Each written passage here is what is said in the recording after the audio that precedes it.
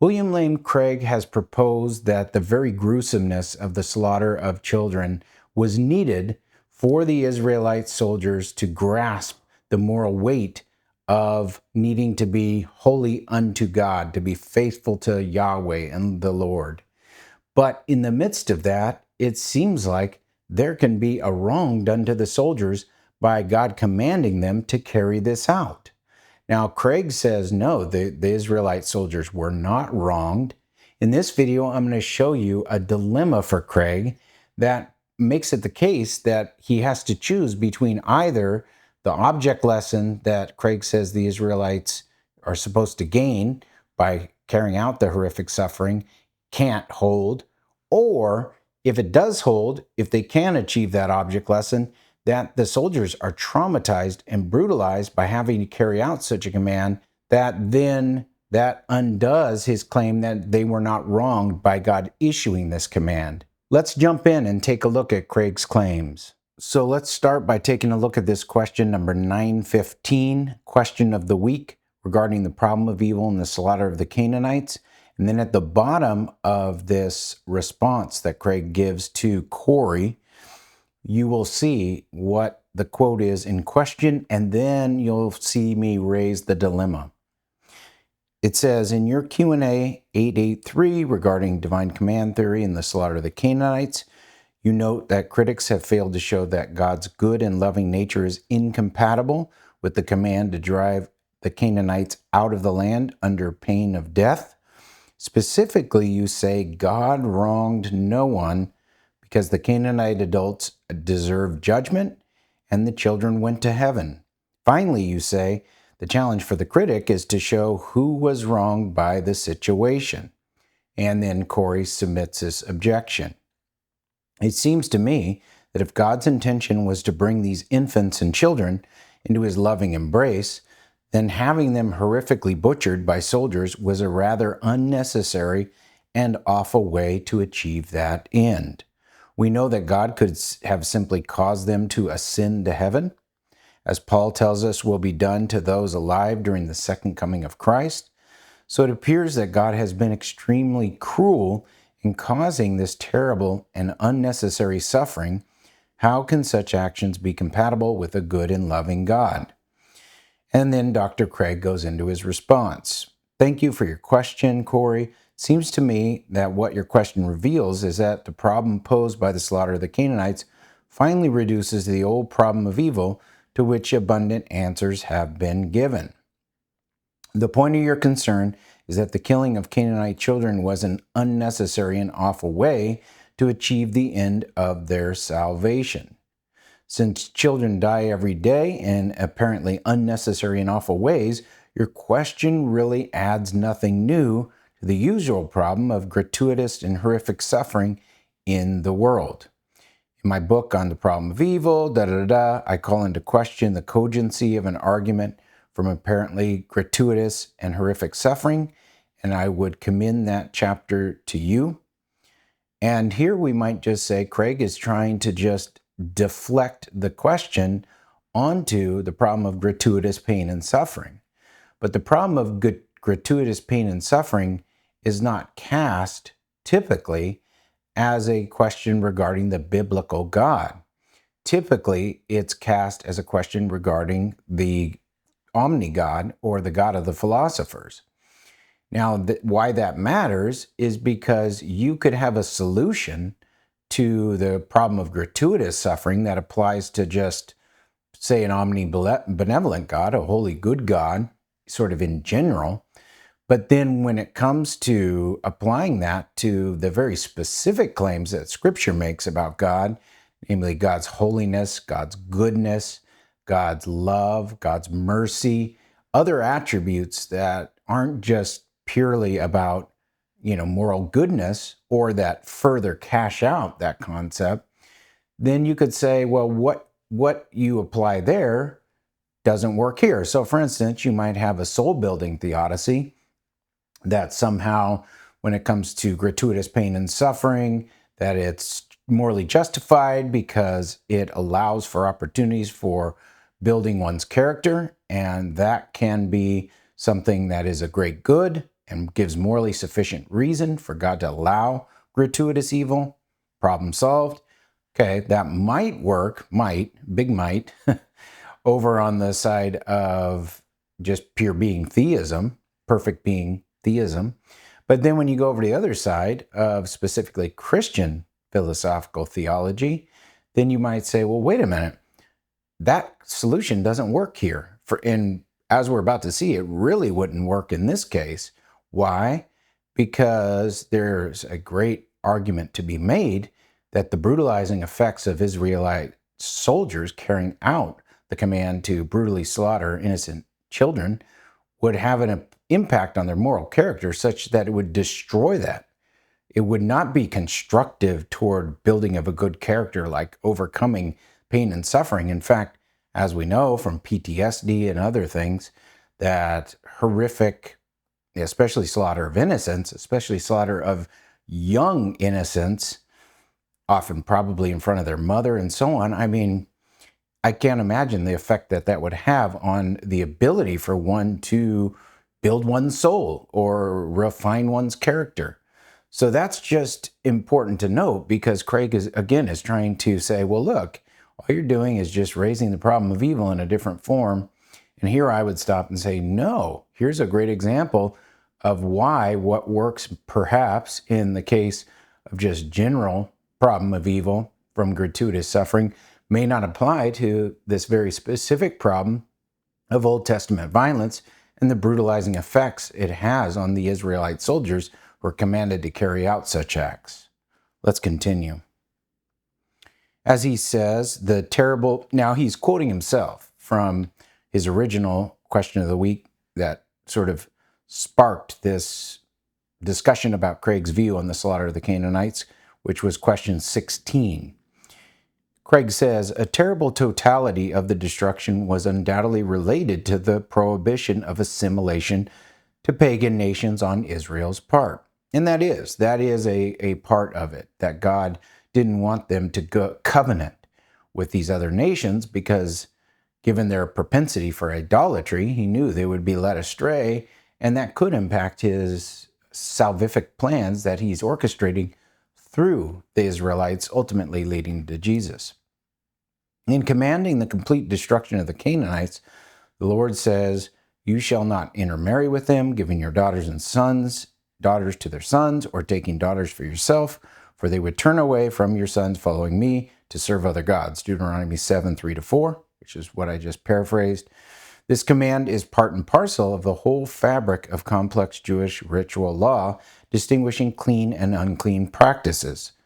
So this is good. Craig is bringing in the aspect of holiness. Now, I think holiness is ultimately rooted and inextricably tied to love. So I think holy love is the requisite concept, but we'll see how Craig continues. To contemporary Western mind, many of the regulations of Old Testament law seem bizarre and pointless. Not to mix linen with wool, not to use the same vessels for meat, blah, blah, blah. The overriding thrust of these regulations is to prohibit various kinds of mixing. Clear lines of distinction are being drawn, this and not that. These serve as daily, tangible reminders that Israel is a special people set apart for God himself. Right, so God is trying to say, look, you are my people. I have covenanted with you. And he's trying to draw a sharp boundary and say, don't intermix, don't intermarry, because I already know, given who they are, given who you are, that this will lead you astray. Then Craig talks about something else, and then he gets to where we're going to end discussing here, and then I'll raise the dilemma after we look at one other thing. By setting such strong, harsh dichotomies, God taught Israel that any assimilation to pagan idolatry is intolerable. It was his way of preserving Israel's spiritual health and posterity. God knew that if these Canaanite children were allowed to live, they would spell the undoing of Israel. Okay, first of all, this is massive conjecture. Because, we already know that the Canaanites continue living beyond this and don't thereby spell the undoing of Israel.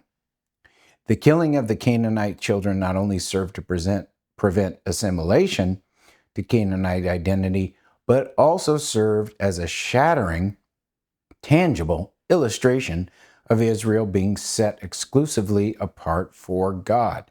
So again, this is an object lesson. This is like the brutality of this is itself a lesson to the Israelites. Nothing could so illustrate he says Israelis, he means Israelites, the seriousness of their calling as a people set apart for God alone. Yahweh is not to be trifled with. He means business. If Israel apostatizes, the same could happen to her. As C.S. Lewis puts it, Aslan is not a tame lion.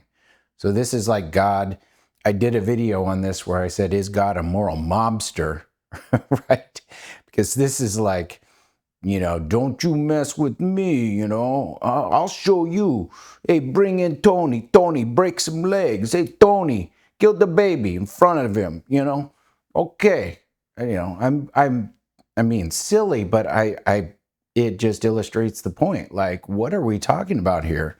We talking about God sort of being a moral mobster and just like, people have to learn a lesson. You have to see the brutality yourself. You have to carry it out yourself in order to get the point. That's what Greg is essentially saying. And he continues, the very gruesomeness of the slaughter of the Canaanites was the most powerful object lesson imaginable to the Israelites of the need and importance for separation from pagan nations and religions.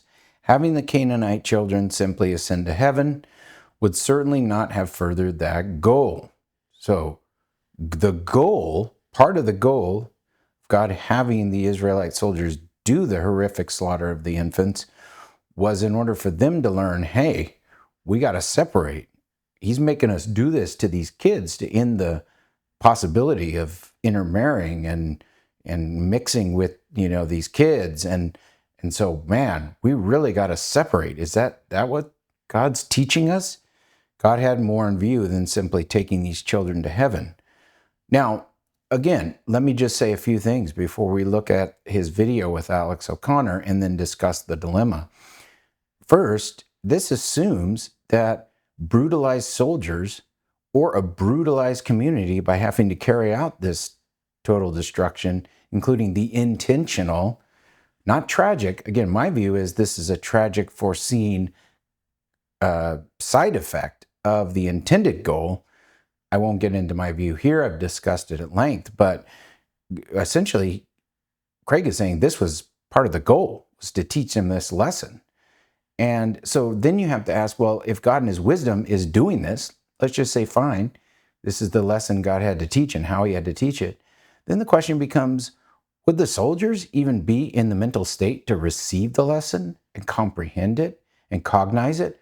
Or would the trauma from having to carry out such brutality cloud the ability to even comprehend what the lesson was, even see the lesson? It just seems like perhaps to them the lesson would be, hey, if we don't like people, if we got to keep them separated tribalistically, then hey, we can just totally slaughter them, even down to the innocent kids.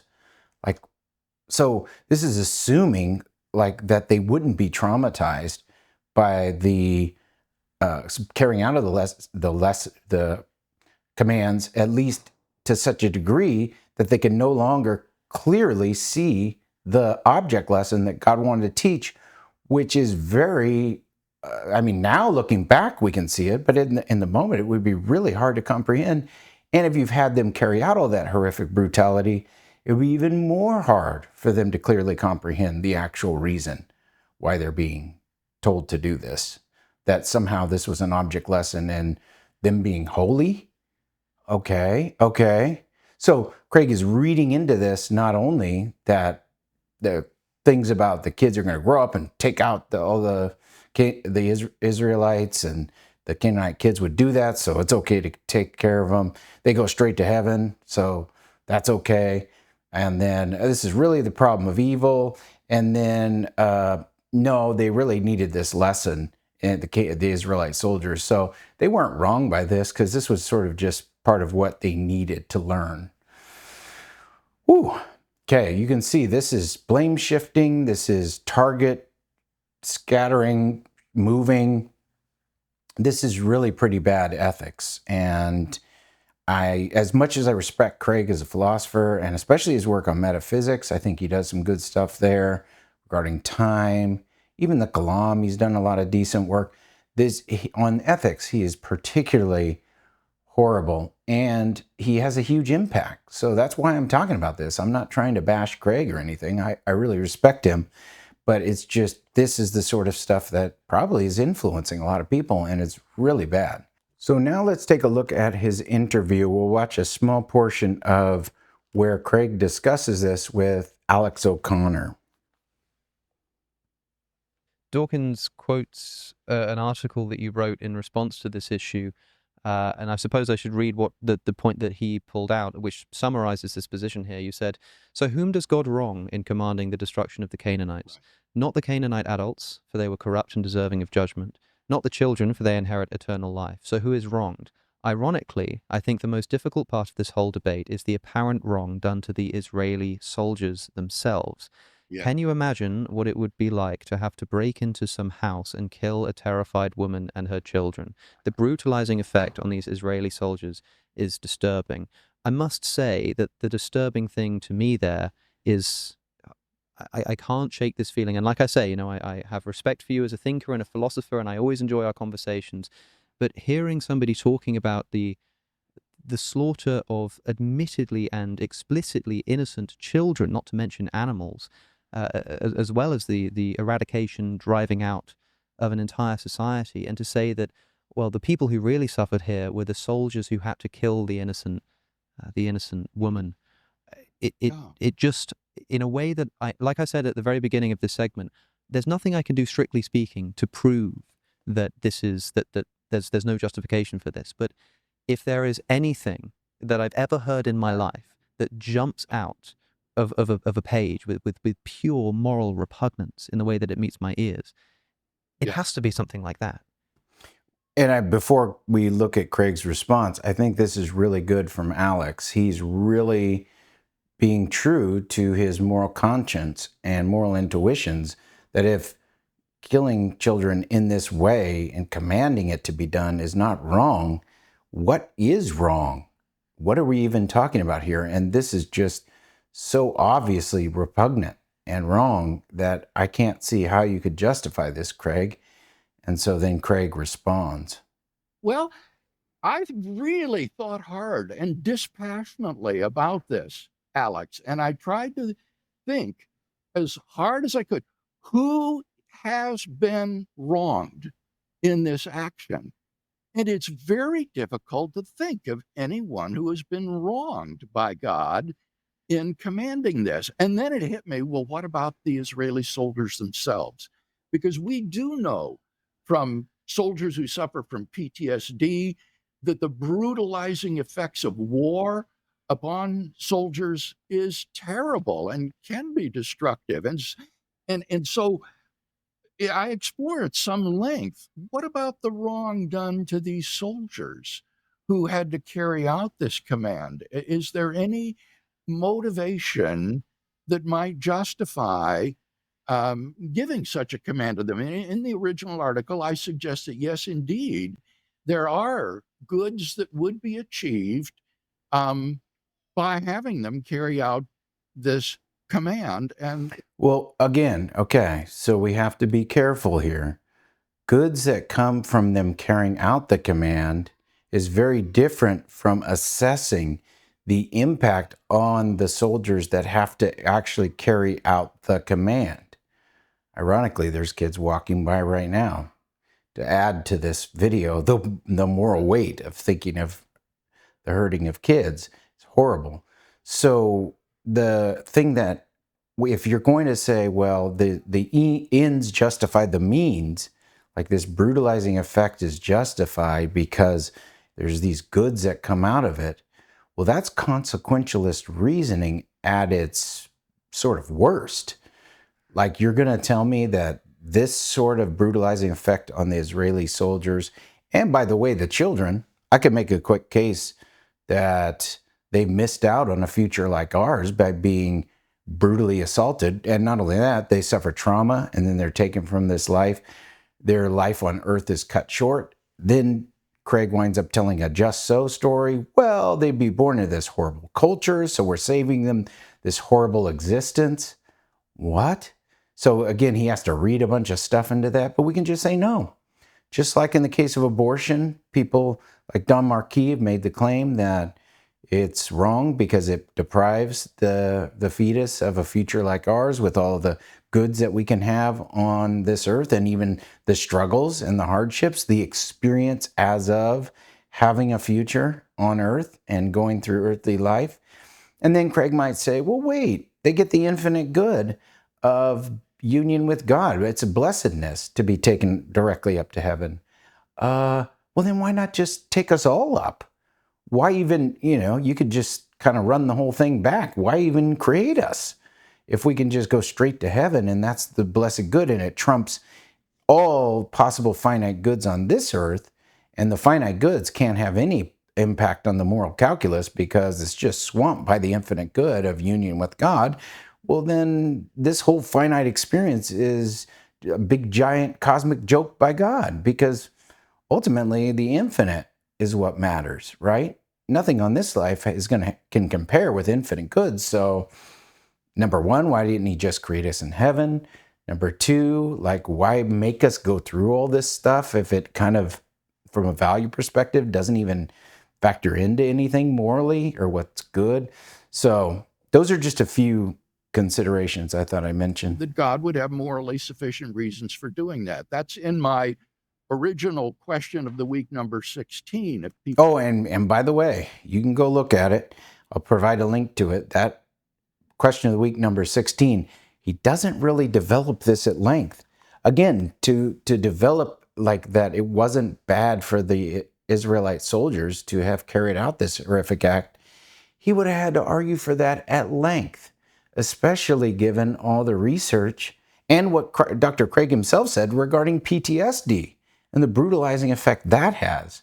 And that's going to factor into my dilemma that I'll raise here in just a minute. People are interested in following it up, where I argue that, in fact, even the soldiers themselves would not be wronged by God issuing such a command. But I was looking for anybody that God had wronged. And, the atheist philosopher, British philosopher Daniel Came, responding to this sort of tiff between Dawkins and me, he said, I think that even though I'm not a Christian, he said Craig's position is entirely reasonable. That Okay, so here, Craig calls it a tiff, so he minimizes it. And this is a horrible tactic. He minimizes the horror. He minimizes the serious moral repugnance and intuition Alex just shared with him, which is, by the way, justified and needs to be accounted for in our reconciling of Old Testament violence with the goodness of God.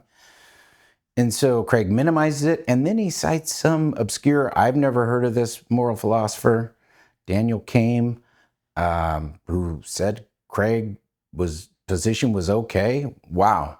That just tells me more about Daniel Came than it does about Craig's position being justified, because some moral philosopher says it's okay. So with all this in mind, let's jump over to the dilemma that I sort of formulated based on these comments. It sort of crystallized. I was dialoguing with someone on X, the Kirkwood Center. Thank you for your comment.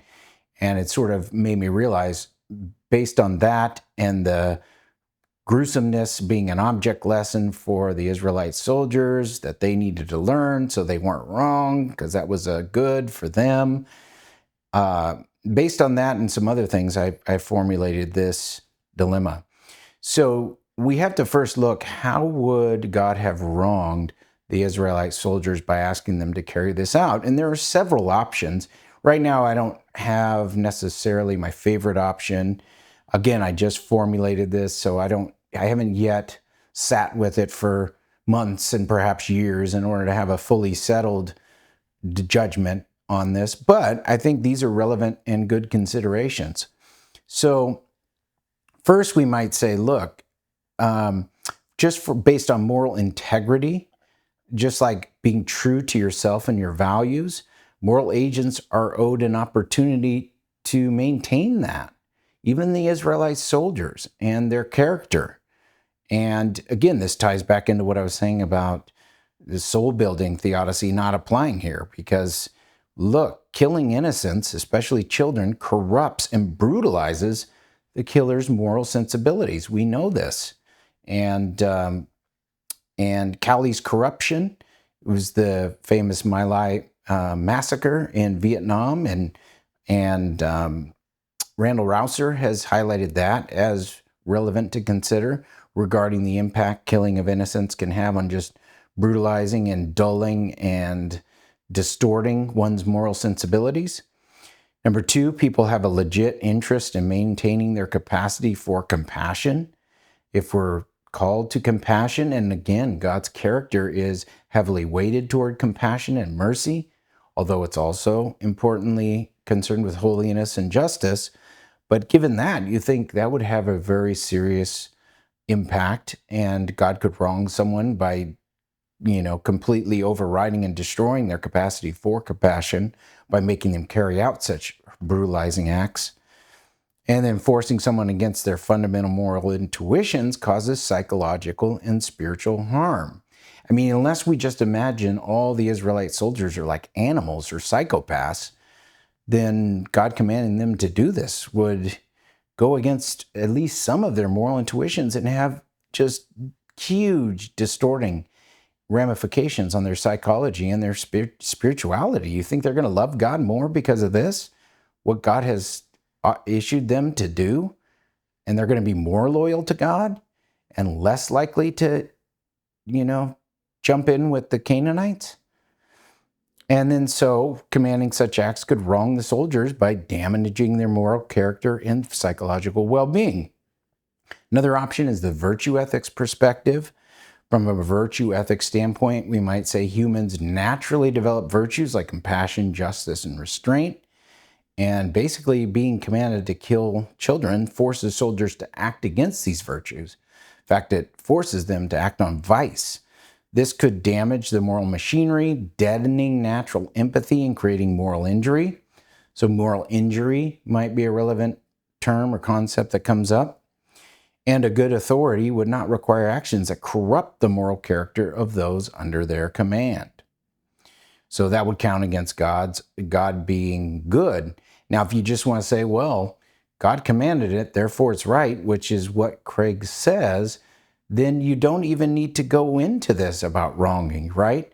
Now you just have a really bad moral theory, a really flat-footed moral theory doing the work. Well, we don't even need to consider, because God probably doesn't have any obligations to anyone, so he can't harm anyone or wrong anyone, because he can't break any obligation he owes to anyone, because given divine command theory, the only, at least on some readings, the only obligation God has is to himself. So, and what God commands becomes what's right. God commanded brutal killing of children, therefore it's right. Therefore, no one's wrong, because there was no obligation owed to anyone. Then we have the thing that Craig said in the video, the moral psychology argument. There's a lot of evidence that committing violence against innocents causes, again, moral injury, guilt, shame, spiritual crisis, PTSD, and psychological trauma, difficulty integrating into peaceful society, loss of capacity for normal human relationships. And if these harms can produce these sorts of consequences predictably, which they can, then commanding such acts could be seen as wronging the soldiers by inflicting this suffering on them. So now that leads to this dilemma. Here's horn one, non-traumatic killing.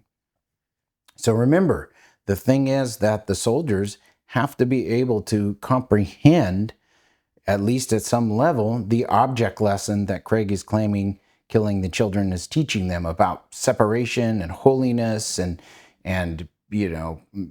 making clean distinctions, and you're either for us, you're either with God, or you're against God, and so God had to do it this way as opposed to some other way to make that point, because it's so horrific and so brutal. So if the soldiers can kill children without significant moral injury or trauma, then they haven't truly grasped the moral weight of what they're doing. Remember, for Craig, the actual brutality, the thing that causes the significant moral injury and trauma to the soldier carrying it out, is what helps him grasp the object lesson. And as he says, let's just look back at it. As he says, the very gruesomeness of the slaughter of the Canaanites was the most powerful object lesson imaginable to the Israelites of the need and importance for separation from pagan nations and religions. So again, this was really important that they without that really significant brutality that causes moral injury, predictably, then they wouldn't have really understood the moral weight of what they're doing. There'd be no deep lesson about the horror of judgment and sin, and the act would fail to serve any pedagogical or spiritual purpose. And this also suggests a concerning level of moral callousness. So if they can kill children without that injury, then they wouldn't get the lesson that Craig is claiming is the part of the goal of the killing of the children, right? So non-traumatic would be problematic. That's the first horn. And then, of course, traumatic killing would be problematic. If the act properly traumatizes the soldiers, as we expect it should or would, then God commanding them to inflict such severe psychological moral harm on themselves would violate the principles that we talked about earlier, and that we shouldn't wrong people by forcing them into morally injurious situations, at least to such an extreme that it can completely destroy their psyche and their ability to even comprehend things and live a normal life and pursue God and have a relationship with this God that dictated that they do such things. And God becomes responsible for the predictable moral injury inflicted on the soldiers. So if this act is going to traumatize the soldiers and we allow, hey, this was necessary, this taught them the lesson, then it's going to violate all those principles, the things that we said, like that established that there was a moral wrong done to the soldiers. So in that case, we can say, look, Craig, you can't have your cake and eat it too. If you, regarding the horns of the dilemma, if you say that, hey, non-traumatic killing is possible, then they lose the moral weight. They lose the object lesson that only can be, according to Craig, brought about by the very gruesomeness of the slaughter of the kids. And so that falls out. That's no longer a goal that's actually achieved.